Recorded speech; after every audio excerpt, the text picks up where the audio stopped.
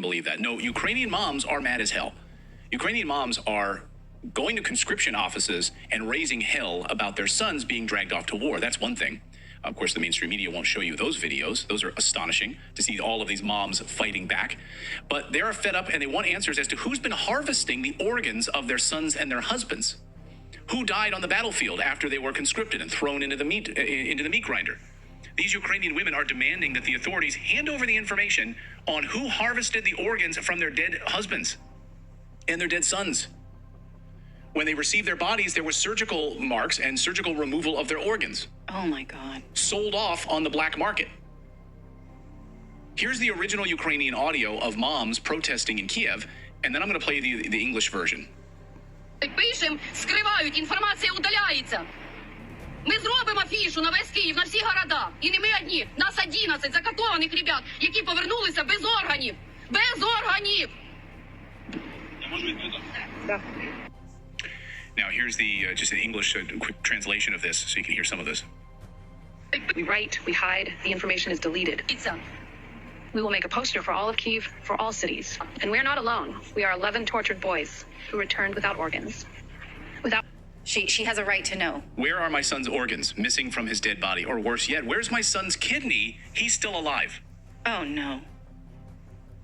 So when you're operating on him, also taking out organs of people who are still alive under sedation, who were harmed, injured on the battlefield, or down and out for a number of days. They wake up, oh, there's happens to be some organs missing. Now recall, you'll remember, Zelensky signed a law that lets Ukrainians harvest organs without consent. And at the time, Ukrainians were flipping out about this. Ukrainians were pissed. Ukrainians took to social media and they're like, what in the hell? Really? Without our consent, you could just take our organs? Yes, Zelensky signed that law. Ukrainian soldiers literally more profitable dead than alive to the Zelensky government because they can sell off those organs and make a lot of money per soldier. I mean, organs are very expensive on the black market. How is that possible, you ask? Well, listen as these women explain Zelensky's law, which simplifies the transplant system. And now this is in place for about almost 2 years now. This new law has been in place. And it lets Ukrainians harvest organs without your consent. So the people that are rounded up, taken to these hospitals, they've been bombed, doesn't matter. You may or may not have your organs when you wake up. Listen to these women explain. Власти против своей страны. На примере детей. Это трансплантология.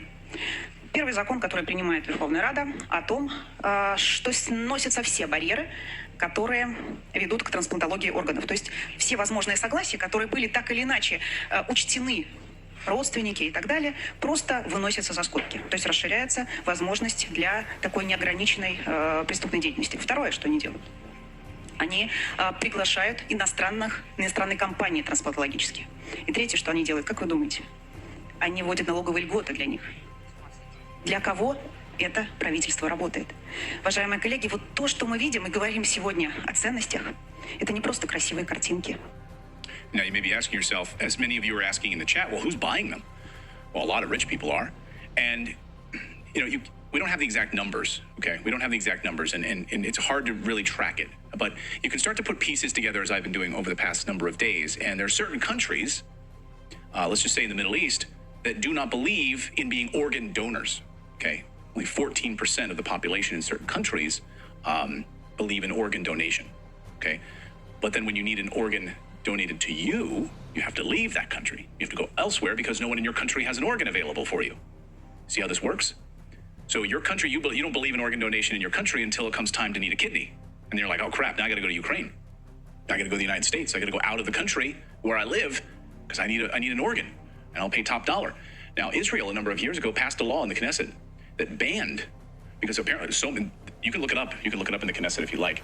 There were too many people leaving the country and buying black market organs. This is true. And the Knesset actually passed a law that stopped that. Said, no, we're not going to subsidize, we're not going to provide health care if you're basically going off the books in order to get organs. And it's not just Israel, it happens all over the world. And so it's hard to track exactly where these organs are going specifically, but we're working on it. But just to say, you have to think about the supply and demand. And where are the countries that don't believe in organ donation to begin with? They're going to need them when they suddenly need an organ, right? It is a supply and demand issue right now. And now the United States is doing, over 40,000 organ transplants per year. I mean, it's exploded. It's a huge business, though. And as we covered last year, Russian reports found some disgusting revelations. Organ harvesting business on front lines in Ukraine. Information organ harvesting in Ukraine nowadays deserves attention, requires urgent internal efforts on monitoring and taking relevant measures. The existence of this terrible, bloody business is impossible without sponsorship at the highest level of government. According to the spokeswoman, the authorities of the Donetsk People's Republic have information on Ukrainian nationalists illegally harvesting biological materials from POWs, locals, and wounded Ukrainian soldiers, according to existing data. Now, here in this is a Russian report saying they're illegally harvesting, but as you recall, Zelensky signed a law that makes it non-consensual, so it's not really illegal anymore. Just do it, right? To the rest of the world, we would say that's illegal. According to existing data in the active combat zone, 20 to 30 people per day end up being operated on by the organ harvesters, many of whom traveled to different regions from foreign countries specifically for this purpose. So these companies and these countries provide these individuals that come in from outside, not necessarily Ukrainians doing the harvesting. They're facilitating it. Wait, honey, this is dark. Yes. What you're saying is that they scour the battlefield for people who are not quite dead Right. and take from them. I mean, I'm sad about it. You know, I grew up being a Monty Python fan, but it's like, bring out your dead. I'm not dead yet. Oh, it doesn't matter. You will be soon. So we'll just take from. And as I pointed out earlier, and as as Ukrainians have said, you are more valuable dead than you are alive, because we can take your organs and now we can sell them. Go ahead, Philip. Sorry. No, that's fine. That's fine. There's the Monty Python, The Meaning of Life. They literally did like a forced organ harvesting donation bit in it, Right. where they're just like, if you signed the donor card, they could just come for it anytime they wanted. Right. So you're alive. But I'm still alive. Doesn't matter. You signed the card. But here you don't have a choice to sign the card. I'm just thinking this through as if this were a member of my family. So even if they had a chance of survival from an injury, but then you injure them further, there's no chance. So we think of these boys who are being forcibly conscripted off the street while they're just going to school or going to work or what have you. And then they get hurt because they have no training. And then they take from their organs, assuring their death.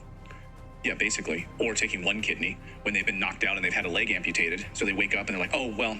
Also, you have just one kidney. Also, you just have one kidney, and you might have taken some shrapnel to that area, so that's why we had to remove it. We took a piece of your liver, what have you. I mean, do you guys really believe that these guys are on the up and up, telling these individuals the truth about what's happened to their bodies?